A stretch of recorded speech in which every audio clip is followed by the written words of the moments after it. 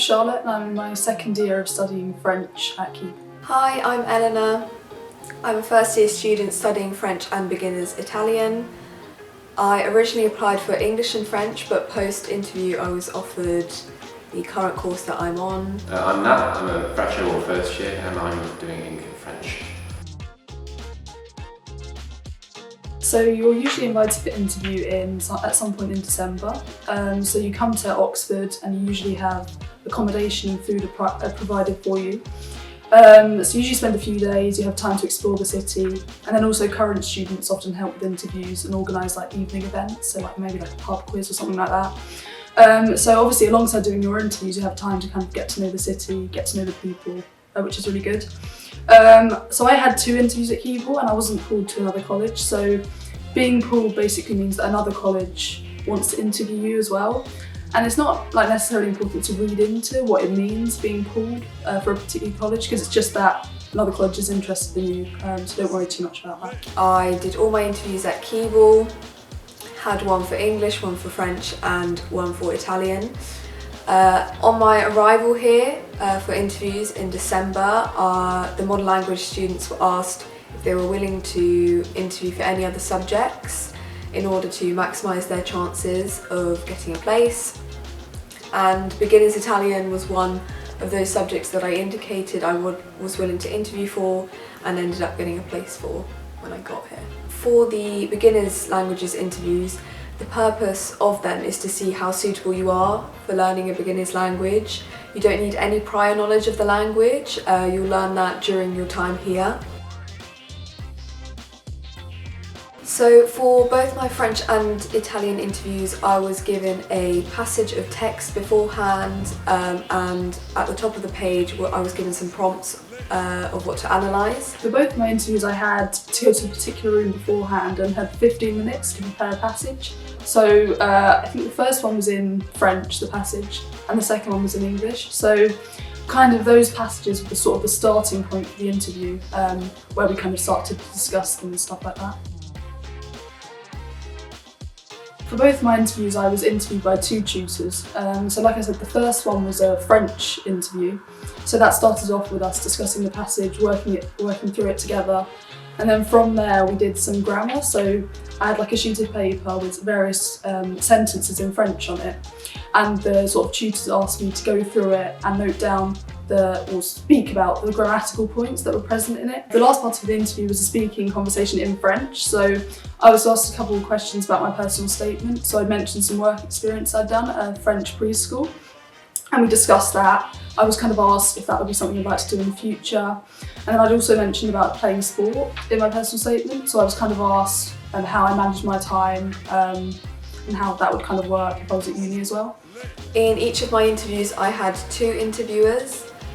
This is nothing to be worried about. It can seem intimidating, but they're always really nice. Remember that they want you to do well, so ask them any questions that you have. They'll guide you through the text and they are just always really lovely. In preparation for my interview I asked 2 of my A-level teachers in French if they would do a mock interview with me. So obviously you can't replicate fully what an Oxford interview is like, but I got them to ask me questions, and I think one of my teachers set me a passage in French to go over, which was really useful. I think alongside that I just sort of tried to make sure I was comfortable with what I'd mentioned in my personal statement, my written work, and sort of did a bit more general research into how the interviews actually work at Oxford, so I wasn't all too sure exactly how it would work. I think probably, that's what I'd recommend. I think definitely going over your personal statement, asking some teachers if they do an interview with you, and that really helps preparing. There are various ways that I think you can prepare for interviews. I think reading around your interests is the most important part, and going beyond the A-level curriculum of your language. So reading other literature texts that you like is a good way to do that. It's also really important that you have a secure grasp of the grammar of your language, so making sure you really know your A-level grammar syllabus and you do exercises so that you can explain grammar points.